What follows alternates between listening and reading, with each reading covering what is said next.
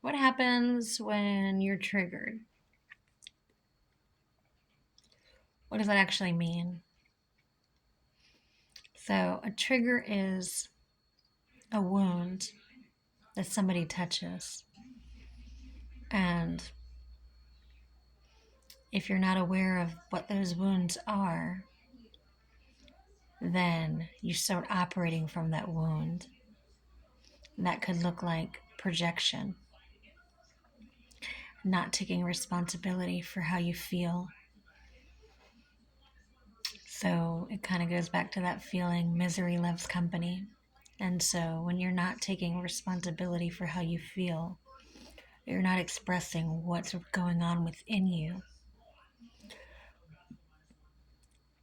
and you're not allowing yourself to look at that trigger so you can dissect it, then what happens is that everybody suffers, not just you. And so suffering, can be different levels of suffering, right? And so the more that you allow yourself to say, I'm triggered, that triggered me, and communicate what it feels like in your body, in your mind, in your heart space when something has happened that has triggered you, the more you can get through that feeling. And then when that shows up again, you'll be able to move through it quicker. So why wouldn't you want that for yourself? Why wouldn't you want to feel better? And it just takes being honest, communicating in a manner that is beneficial. They say hurt people hurt people. That's true. But you get to choose how long you want to hurt for and how long you want to hurt others. You get to choose. And it's by your awareness to yourself, your awareness to your energy shift and your projection and your behaviors and patterns that you've chosen as your identity to keep you safe. But what happens is it's not making you free. And so in order to be free and move through those triggers, we have to identify them. We have to identify why that feeling happens. Where did it come from? And so that shit ain't easy. Who the hell wants to feel our pain? But I promise you, if you would have the courage and the strength to say, this made me feel like that, whether it's to yourself or to somebody else, and you can communicate in a loving way, even if it hurts, even if it's hard, that's the way that you get through it to the other side, where your body lights up from inside because you're healing it in a manner that creates a vibration into the world that you love yourself enough to do the work, to do the hard thing. Because self-love is key, but it's not at the expense of others. It's one unified feel of love, one unified feel of grace. There's not a separation. So if loving yourself means that you do need to separate from others, make sure it's for the right reasons. Make sure whoever you separate from isn't adding value to your life. Because yes, sometimes people need to go.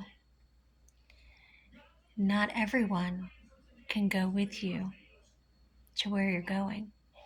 Neither can every thought or pattern or identity. And so it's important that you ask hard questions and you face the truth about what you hear, and you show up to love and you honor where you're at, and you do the work Not just know about how to do it, but actually live it. Live it. Because the more that you change the way you're doing something, the easier it gets. And it's in that fine tuning of our new choices, because it is a choice. It's just a choice in consciousness to shift. It's a choice in your mind to shift, to say, when I do that, I get this result and I don't like that result. So perhaps I should do this if I want a different result.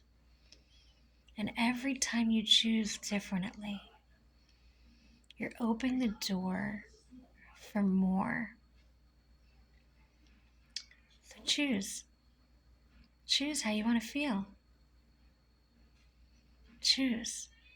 You are the one in control of how you feel. No one else can take that from you unless you give them your power.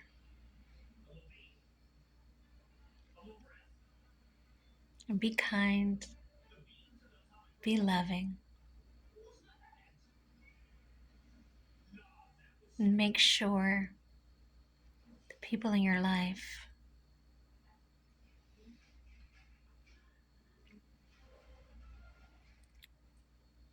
honor you. Honor what you give. Honor your energy.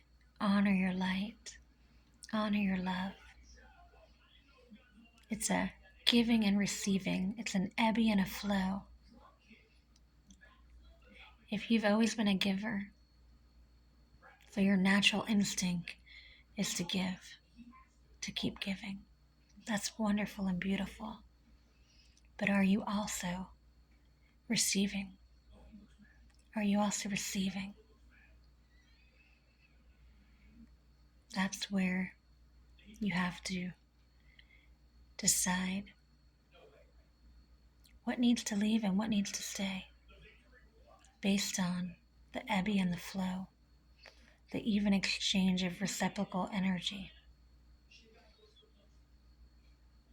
So take a moment, be present with your feelings. Where are those feelings coming from? Why are they there? How can you get from point A to point B if you won't stop and pause and look at them? I love you. Have a blessed day.